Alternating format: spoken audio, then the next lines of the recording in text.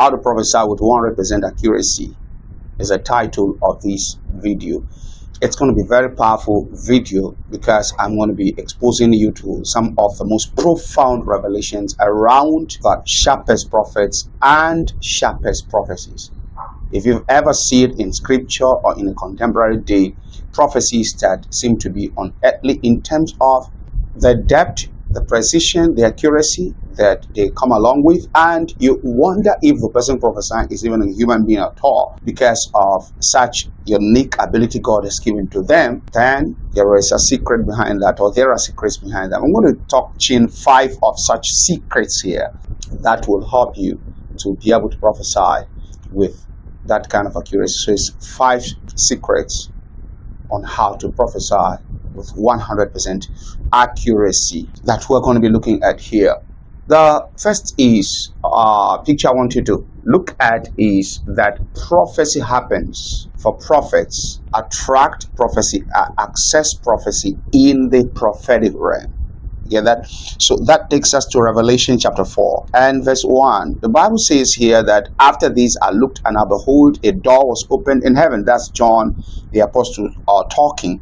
And the first voice which I heard was as it were a great trumpet talking to me, which said, Come up here, and I will show you great and mighty things which you know not, or which must be hereafter. I'll show you things which must be hereafter. Just as Jeremiah's vision talked about, come unto me, I'll show you great and mighty things which you know not of. Here, that's it. You see it, verse 2 now takes us to what we're about to see in this video. Verse 2 now says, immediately I was in the spirit. That's to say that if the man, Apostle John, was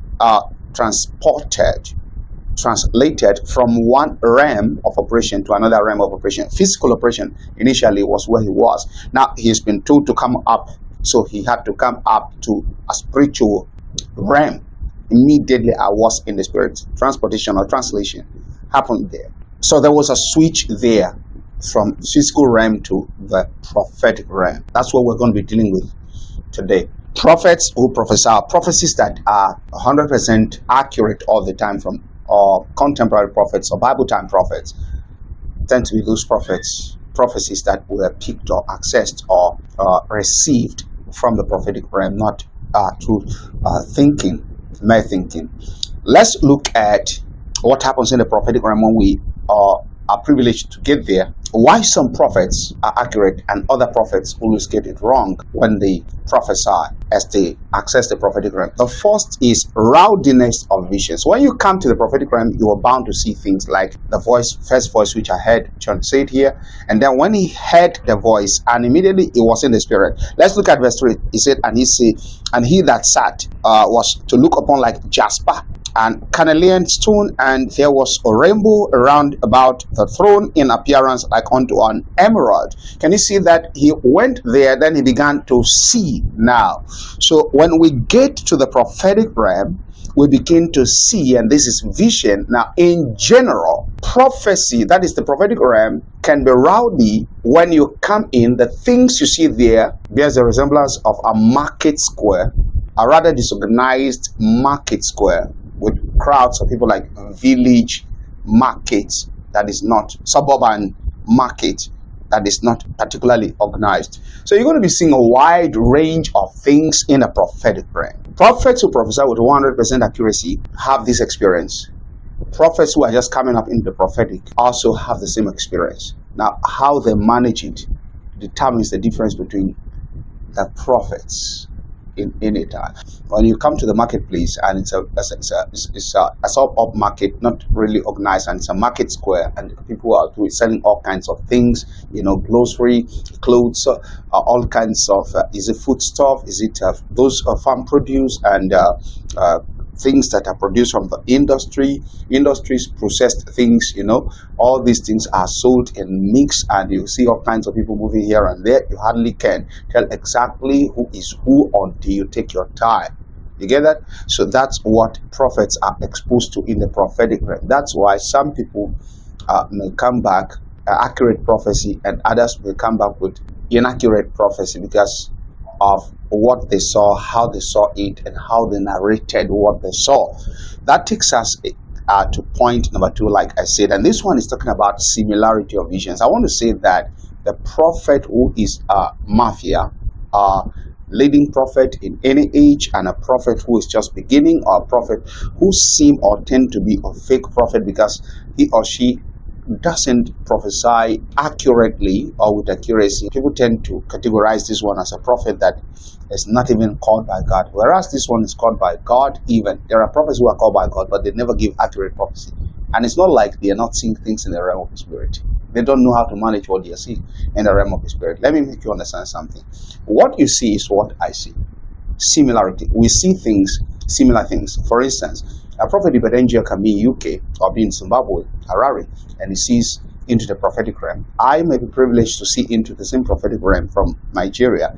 Another prophet, maybe Java Passion, may be privileged to see the same thing into the prophetic realm from the United States. You get that? Then Magaya from his own country. I think about Prophet Lovey Elias. He will be privileged to see from the other side of US, as Las Vegas. And then, how do you call it? Prophet, my own prophet, Shepherd Busher, will be seeing the same thing in the prophetic realm from Lilongwe, Malawi, and the likes around the world. Does that make sense? But if the thing we're saying is that, what I'm trying to say here is that we see things that are similar.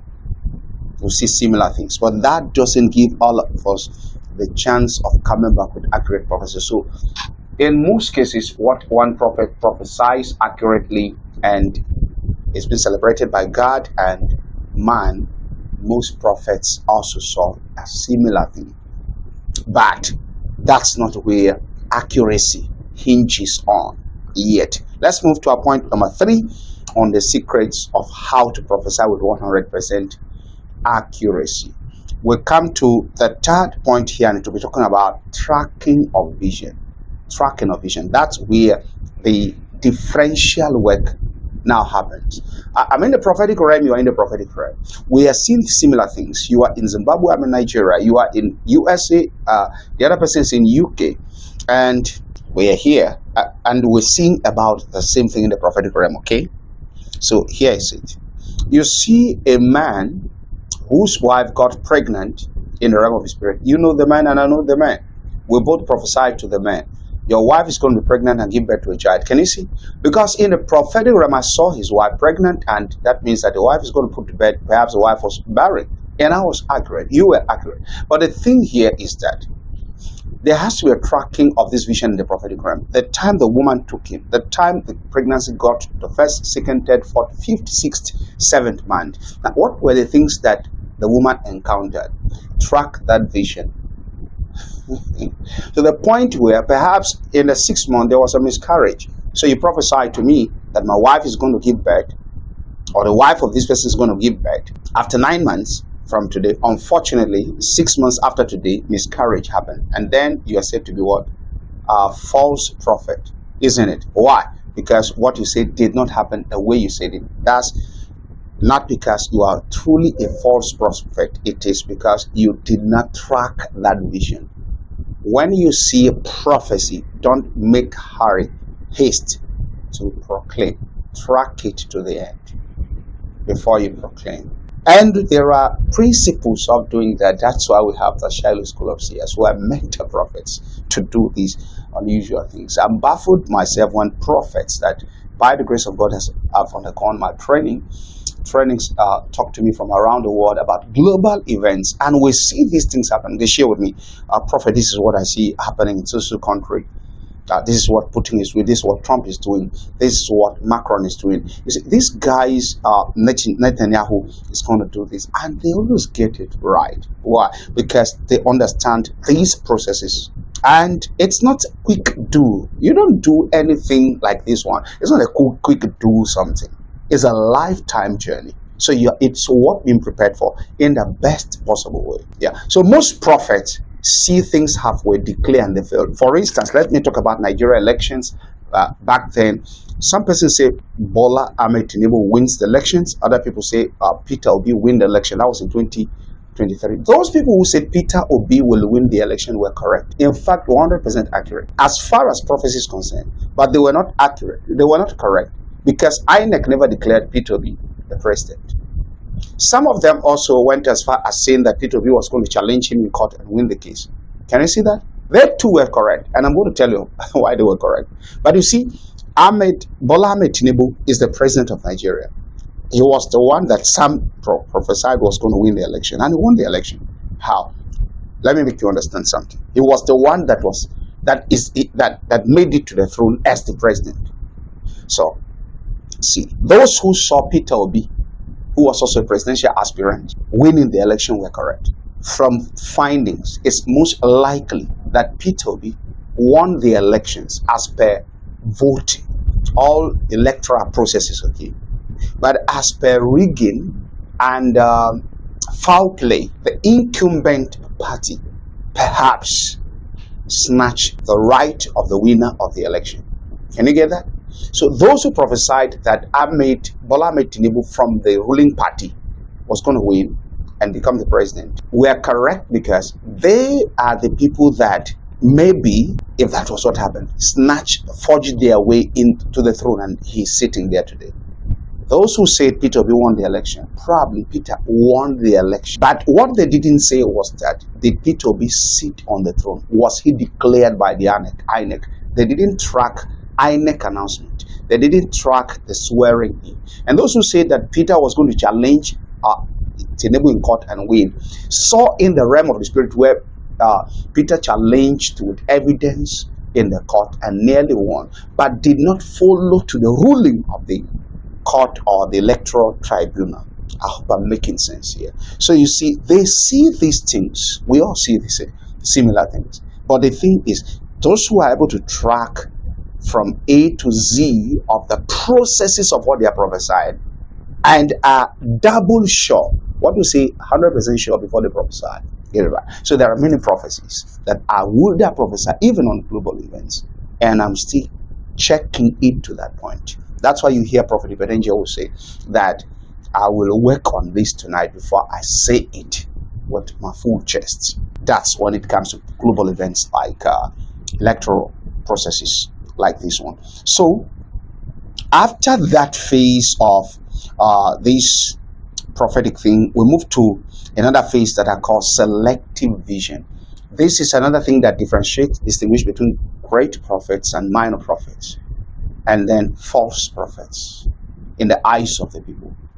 The great prophets, major seers, smart seers, sharpest prophets, select the things they want to see in the realm of the spirit, okay?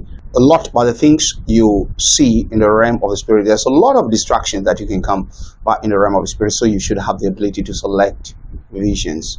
Selection of vision, that's point number 4, right? So you learn how to select vision. That's what they do. I'm just telling you the secrets. You don't prophesy everything you meet in the prophetic realm. Let me say you go to the market, you come into a town square in the market square, and everybody is all out there doing all kinds of things. Let me say you come to a place where somebody is selling something like is it beans and this or grain, and the person has got a measuring troughs like a yellow color, blue color, red color, different sizes, okay? And then you happen to pass close to them, and you see this person measuring one and pouring, maybe with a yellow color, and then takes the next measuring trough and then measures, that's green now, then takes another measuring trough, which may be red in color, and then use it to measure, and with different sizes. And one person who came to the market, let me put it this way, will say that woman was using a yellow rubber or trough to measure grain into a sack, and will be correct. The other person will say, I saw that same lady, let's say her name is Margaret, measuring grain into a sack with yellow, green, blue, red, and then blue and other colors. Can you see? This person paid more attention. And that is where we talk about tracking of the vision now. The next thing, when we talk about selection now, is that somebody by side Margaret can be doing something else, but you refuse to give attention to that because that was not why you came to the prophetic realm or to the market square. So you didn't give attention to that. You give attention to what you wanted to give attention to. So when you appear in the prophetic realm, you give attention to what you want to see, what you want to give attention to. That's what they do. But before you can do that, let's know what it takes to always come into the prophetic realm with ease and to have this kind of crystal clear kind of revelation before we even talk about the selection. The last point that I have for you here is monitoring of vision. I have seen the vision, I have tracked it, and I have selected a vision that attract. You get me? Now I need to monitor the vision. When Elijah told Ahab there will be rain, you get it? He took them to the mountain, went through the processes. After that, he went to the place of prayer. 7 dimensions of prayer went down, all in the process of monitoring the execution, fulfillment of the vision. So sometimes when prophets prophesy, there are prophecies you don't just prophesy and then go and relax. You for prophesy, you go back to sit down to monitor the execution in the spirit realm of the prophecy. That's the fifth idea of what it takes to prophesy with 100% accuracy. So here are the points again. We have rowdiness of vision in the prophetic realm. Then we have similarity of vision in the prophetic realm. We have tracking of vision in the prophetic realm. We have selection or selective visions, the selection of visions data in the prophetic realm. Then we have the monitoring of visions in the prophetic realm. With these, you'll be 100% accurate. Granted, you are rooted in the other aspect of the prophetic that matters.